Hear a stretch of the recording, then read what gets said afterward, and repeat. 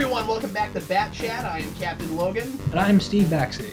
Steve Baxi and I are reconvening once again to give you more exciting, fun chats about Batman the Animated Series. Today we're talking about the 7th episode produced. This is P.O.V. And this one is significant because it's, I think, kind of the first big, cop-centered episode. Yeah. There's some Montoya stuff here, there's some Bullock stuff. It's a Bullock episode. So this will be a fun one to talk about, especially over the one we did last time. Because I like this one. Yeah, it's a pretty good episode. It's the first episode in the entire series where we don't see Bruce Wayne and we just see Batman. Yep, that's right. And it's one of the only episodes, or one of the only things ever, where Bullock gets character stuff to do. You can count the number of times on your hand where Bullock gets character stuff to do in everything he's been in. Well, that's true, although there's a few. I mean, the big one is Bullet for Bullock, and obviously we'll eventually get there. That's one of my very, very favorite episodes. Yeah, that's a great episode. But I mean, even if you go to the comics, when Bullock was integrated there, he has so little character moments. I know. He's in No Man's Land, but he gets nothing to do. Yeah. Most of his character stuff has actually come from New 52, believe it or not. Really? Yeah, the Detective Comics run with him is amazing. Okay, so I keep hearing great things about the Detective Comics run. I've read a few issues here and there, but I seem to always get on it in periods where people aren't talking about it. So yeah, I need to read that stuff. I did not realize Bullet got stuff there. Anyway, let's go ahead and jump into POV, shall we? If you have not watched the show before, what we do here is our standard commentary podcast, except you get to look at our lovely faces if you want to. So what we do is we watch the episode while we're talking about it. It's a video cast and a commentary simultaneously. If you'd like to watch it with us, pull out your DVD, your Blu-ray, however you want to watch it, Amazon Prime, and get to timestamp 0. Get past all the menus. Make sure that you're watching the right episode. It's POV. And make sure to press play as soon as I say now. Everybody ready? Are we good? Are you ready? Are you ready? Here we go. Everybody, please press play right now. And see, this is another one of those episodes where we have the Superman intro instead of just the normal Batman one. And I don't understand why they do that. Because you're on Amazon? Yeah. Okay, I don't know if we're going to sync up right then. No, we are. Because when we did it the first time, both intros went exactly the same time. It's just really arbitrary of when they pick to use it. Okay, see, I thought you were still using the discs. I use the discs occasionally because Amazon has some issues every now and then where they skip around. Underdwellers was an episode like that. Right now. Okay, all right. Well, it will be interesting to see if we actually line up. Yeah, I don't know. We lined up perfectly when we did the other episode. What was it? Pretty Poison. This is one of those episodes that like or hate the story is so atmospheric. Yeah, definitely so. I think we mentioned this before, but this show has production value, and you really see it in this episode. Like, all the cops, all their voice actors, none of them are really generic. They may seem kind of cartoony in their characterization, but they all feel like distinct personalities. And Montoya feels like he's been around forever, even though this is the first time she's gotten lines. Yeah, which is really super cool. Yeah. Even the rookie cop, like he's look at that drop off. Only episode. We just rolled down. Okay, boy, that just looks like a place you could leap to your doom, even though you're supposed to just be able to drive on it. I wouldn't want to drive up that hill. Oh, geez, that's turn. Especially in the snow. There's a couple of animation glitches here and there in this episode, and this is a really weird one where it's almost like they're on green screen while they're turning. Yeah, and you don't have to do that. It's a cartoon. Yeah, exactly. Yeah. Did you know, Steve, that we've been mispronouncing this character's name this entire time? His name is Harvey Bullock. That's his name. Make sure you pronounce it correct. Bullock. Yeah. And we'll have to pick, in this episode, today's That's So Bullock moment. I'm just going to call him Harvey from now on. Even when Two-Face is around, it's just Harvey 1 and Harvey 2. Harvey. We've got to find Bullock. Now, I really like the voice actress that does Montoya, and I'm just making fun of that because of what we're used to. I don't think even she's doing that later on, but clearly this is the first time this actress has played this role, heard that character's name, and she's not the only one. Yeah, exactly. We don't get a lot of moments where people slip up on names like that, so this is kind of rare. I do want to mention that it's really strange that in the 90s, We get a show where the police have real guns and they fire Yeah. real bullets. Like these aren't lasers. What would this show have been like if we're making it look kind of noir-esque, going back to looking like hard-boiled Detective 40 stuff, Yeah, but they shot lasers? yeah, exactly. Just one time I want to see a thing that's in like black and white and it does like the whole noir thing, but there's laser guns. You could just make Blade Runner black and white, see how that works. That could work. No, that could totally work. Um, Because it's definitely got that kind of stylistic. Yeah. yeah. So I don't like this guy, this cop dude. Oh, you're not supposed to. Okay, I love this. Hold on, real quick. So he hits his candy bar, and somehow, rather, just half of it breaks off and flies across the room. I just think that's funny. Oh, it is. And then you don't even see it. He hit it clear across the room. Yeah, It's not even on the floor anymore. but yes, you are supposed to hate this internal affairs guy. No, I just mean like he seems idiotic in some ways. Like he's really exaggerating how bad this turned out. Like And why is how he big jumping of the a gun deal that it these is. guys are all on the take, even though they just seem to screw up once? And is it the only thing the police are doing? Yeah, evidently it's really strange. Also, this room is oddly cartoony. It's almost like you're on Krypton at the opening of Superman. I was gonna say something about that room. It's huge. That ceiling must be 20 feet in the air. I'm expecting faces to pop up in the back that say guilty. Yeah, it kind of looks like an interrogation room. Yeah. But and it's supposed to. But that's also one of the things I really like about the show is that sometimes we can like I love that shadow thing. Oh, yeah. Sometimes we can kind of sacrifice practicality for like really cool visual stuff and just evoking an idea and that kind of biggest and grandness. And it's got enough of an internal logic that within the context of the show, I'm fine with stuff like that. Yeah, yeah, it's not a problem. It's just in retrospect when you look at certain things how realistic they are, and then other things not so much. I also really like when the show does that kind of shot where you close up on something and it looks really realistic, and then you go back to the cartoony kind of animation. Yeah, where we just over detail everything. It looks almost rotoscoped. Yeah, exactly. Also, really even when cool. you're using just normal shots, every character has like a nice proportion of shadows on them. Like Bullock isn't just all black or all white. There's degrees to it. There's some gradation. It's pretty cool. This is one of those episodes, or one of those stories that does a pretty good job of doing in Matus Rest without making it too gimmicky. Yeah. We are doing this in flashback. We are jumping back and forth between present day and in past tense, but we need to do that to tell this story. It's not just for the sake of a gimmick. I also like that we don't spend the entire episode in the past. 11 minutes in, we are already moving forward with the story, and once again, this is one of the shows that uses its real estate almost always really effectively and efficiently. Yeah. Also, that fight scene where he's throwing the axe around, that was pretty cool. Um, I agree. but yeah, I agree. And this is a really kind of overused formula at this point where we get like unreliable narrators and we keep seeing the same story over and over again. But this one makes it fresh because we're watching them relive three different scenarios, so we aren't watching the same scene happen over and over again. And It's people not the make that same. mistake a lot when they do this kind of story. It's not the same thing as that story. I want to say it's a season 4 episode where and it's kind of famous now. Where you got the kids that each see Batman in different ways, Legends of the Dark but they're Knight, all yeah. they're seeing the same thing every time. Or is it? Is it the same experience? I It's think not the maybe same a different kind of experience. They're seeing it differently, but if you go to like the animated movie that made Gotham Knight, they all see him, but they all see Yeah. him and like they're on drugs, and it doesn't make any sense. Yeah, it doesn't. It's hilarious. Like one kid sees him as a robot, and I don't understand Yeah, that. and they're all seeing the same thing, and you're like, how is that happening? I mean, yes, people's perspectives are different, but I think you're going a little too far. Yeah. Although it's also kind of weird because we hear the narrators in this episode talk about what they saw, but the flashbacks we're actually getting are somewhat contrary.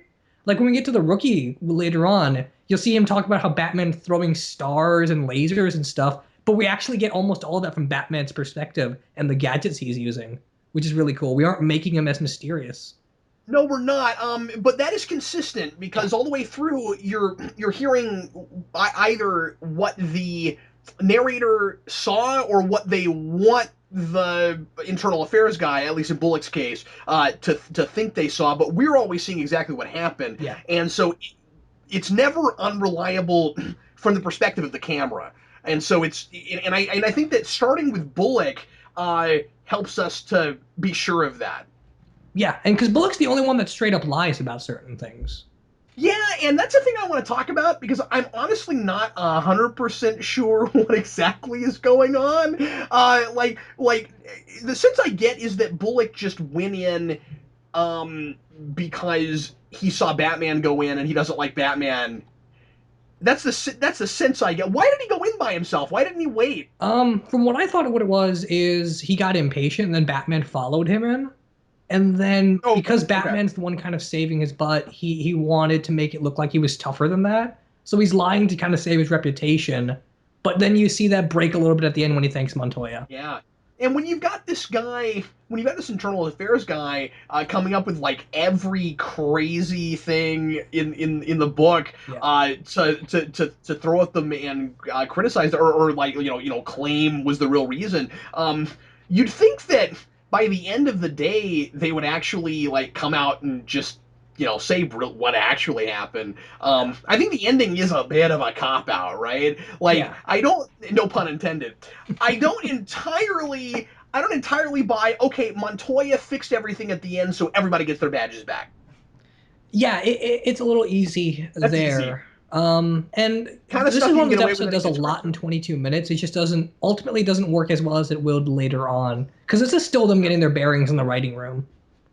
That's absolutely true. This is another one of those things too, where it's a scenario that's mostly a really good excuse for really competently done action scenes. Yeah, agreed. I want to mention So again because I it's always want to talk thrilling. about the grapple he has in the show because it's just so Yeah, cool.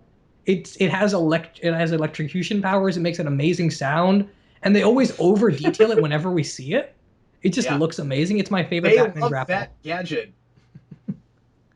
The best writing in this episode is this guy explaining, or like describing Batman and how he sees him, and he's very much the urban legend version, for this guy. I feel like the title, the point of view isn't just about the way they each see what happened because they're not really seeing the past differently. They each have like different motivations and feelings about it. And obviously, in the case of Bullock, he's really trying to keep his job because he did something really stupid. Yeah. But I think it's more I think the POV thing is more about how they each see Batman, and they each see Batman in a very different way. Montoya sees him as very very much the righteous hero. He's on our side, and then Bullock sees him as a menace and a problem. And then the rookie, and I think there's a reason he's a rookie. The rookie sees him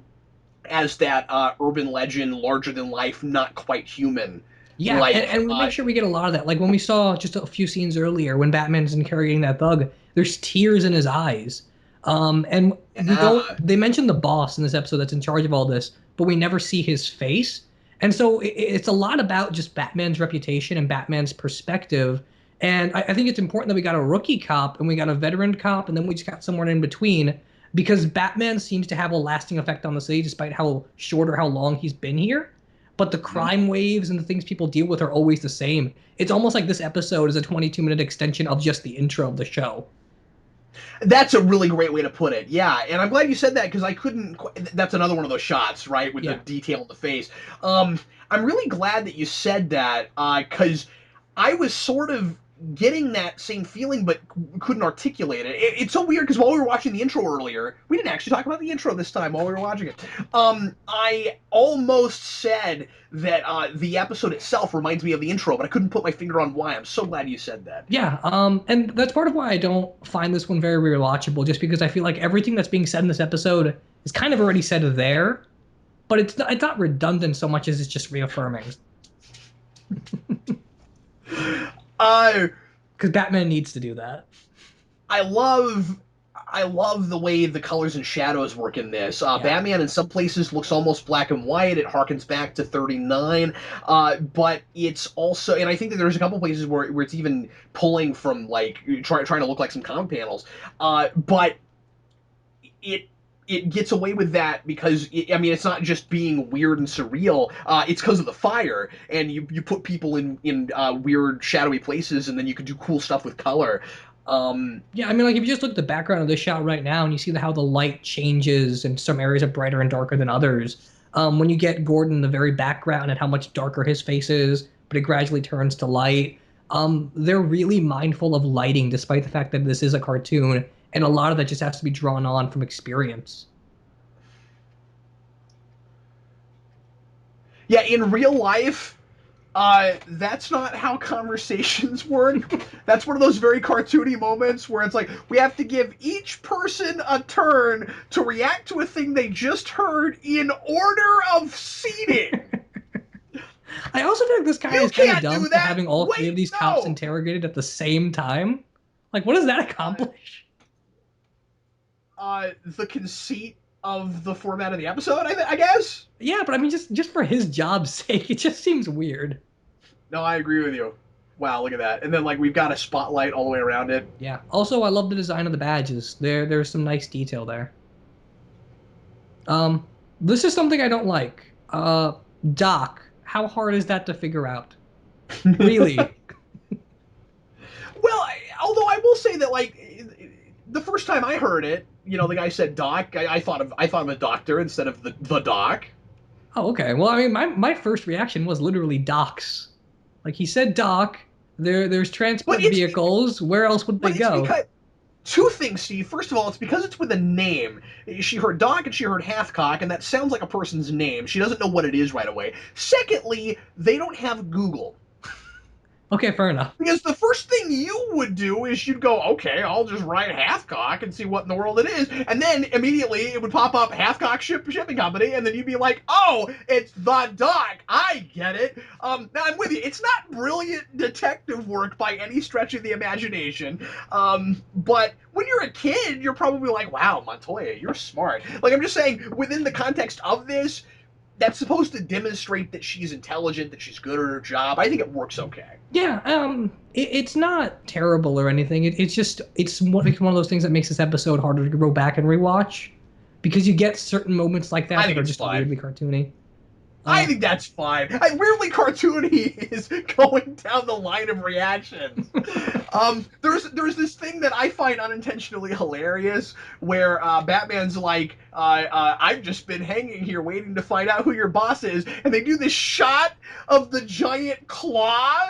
Oh, it's right here. He goes, your boss, and I'm like, what, the giant claw? And then he sprays himself with pink stuff from the bat.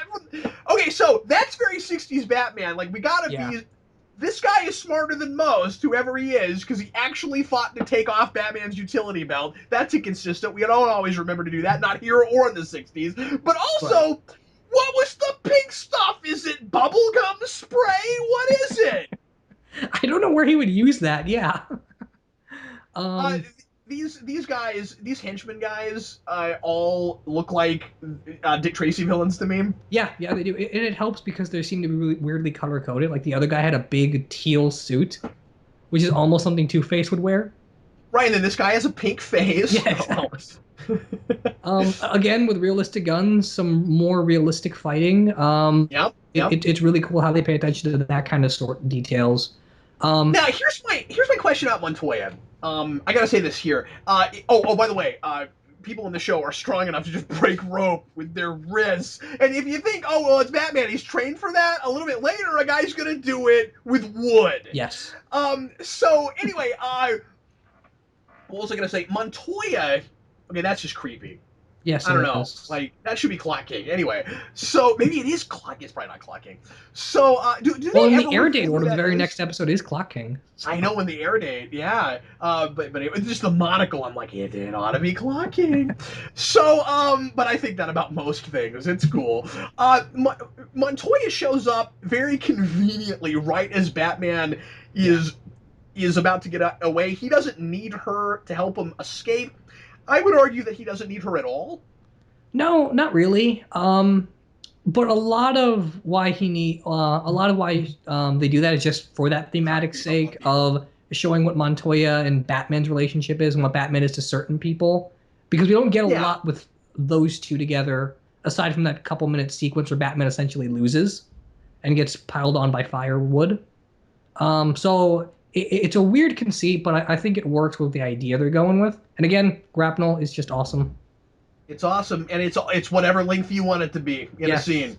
Yes. I like that Montoya is working with Batman, and I mean, this has got to be such a big deal for her because I get the sense that he's like exactly the spitting image, like the like pitch perfect partner, like what she wishes guys like Bullock were. And the contrast is Bullock looks out for himself and Batman just keeps saving people. Yeah. I always love that shot with the okay, watch this guy with the wood. No, that's because that's so easy. I don't care how much karate you do. That no.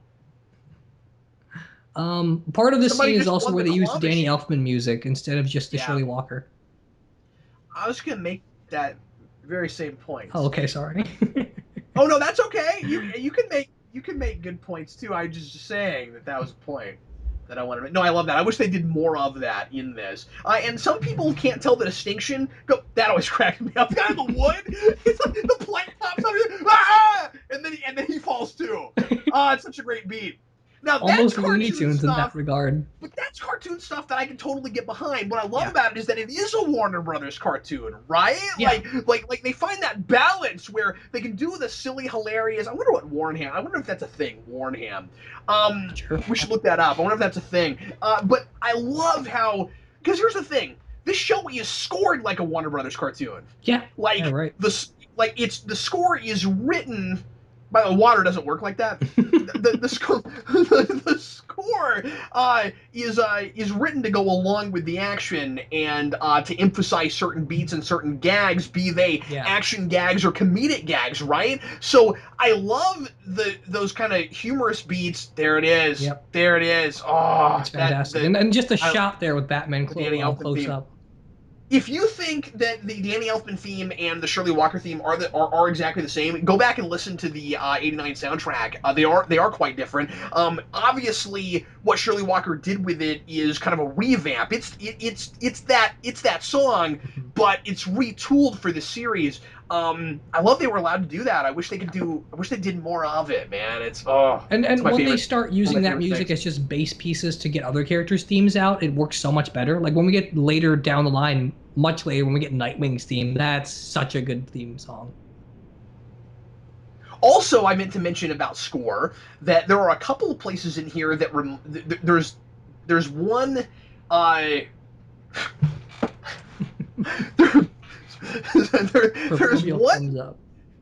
there's one bit that comes up twice. It's the same melody that sounds a lot like the Superman theme. Yeah. The Bruce Timm Superman theme. Yeah. Okay. That's in this episode. There's actually a little bit of that here because when we just saw the police car a couple scenes ago, that's eerily a design that was very similar to Superman Metropolis cars. It just looks a little bit more technological than everything else in the scene. Well, I would make the case that they probably went back to that design when they, did that series. But... Probably so, because these guys love reusing certain things and reworking them. Like Batman Beyond, Bruce's limo is just the Batmobile upside down. So this is just silly. This is not how things work. Like it's not like, oh, Montoya fixed everything, so now we're not even going to question what Bullock did anymore. I mean, what Bullock did was really questionable. Why did he go in early? It's never talked about again. Yeah, and I mean, this is something he does a lot. So. Well, you got to wonder if he's not crooked or something. Yeah. And I think that they're always kind of ambiguous about that with Bullock in the show, that with Bullock. That maybe he is on the take or something. Yeah, and I mean, I don't know specifically if there's ever a very hard-boiled episode about crooked cops in this series, but if they ever did anything like that, it would probably end up being with Bullock. Well, everybody thinks always thanks as always for watching. That was a lot of fun. That went by super fast, like they always do. Yeah. It's not going to be too long, Steve, before we're going to get to do Two-Face. Yeah. And Very that excited will for be our first two-parter in one show. And when we get to two-parters, we are going to do those in one episode of Bat Chat. So I'm really looking forward to that. Anyway, everybody, thanks as always for watching. Sure hope you enjoyed it, and we will see you again next week with another Bat Chat. I am Captain Logan. And I'm Steve Baxi.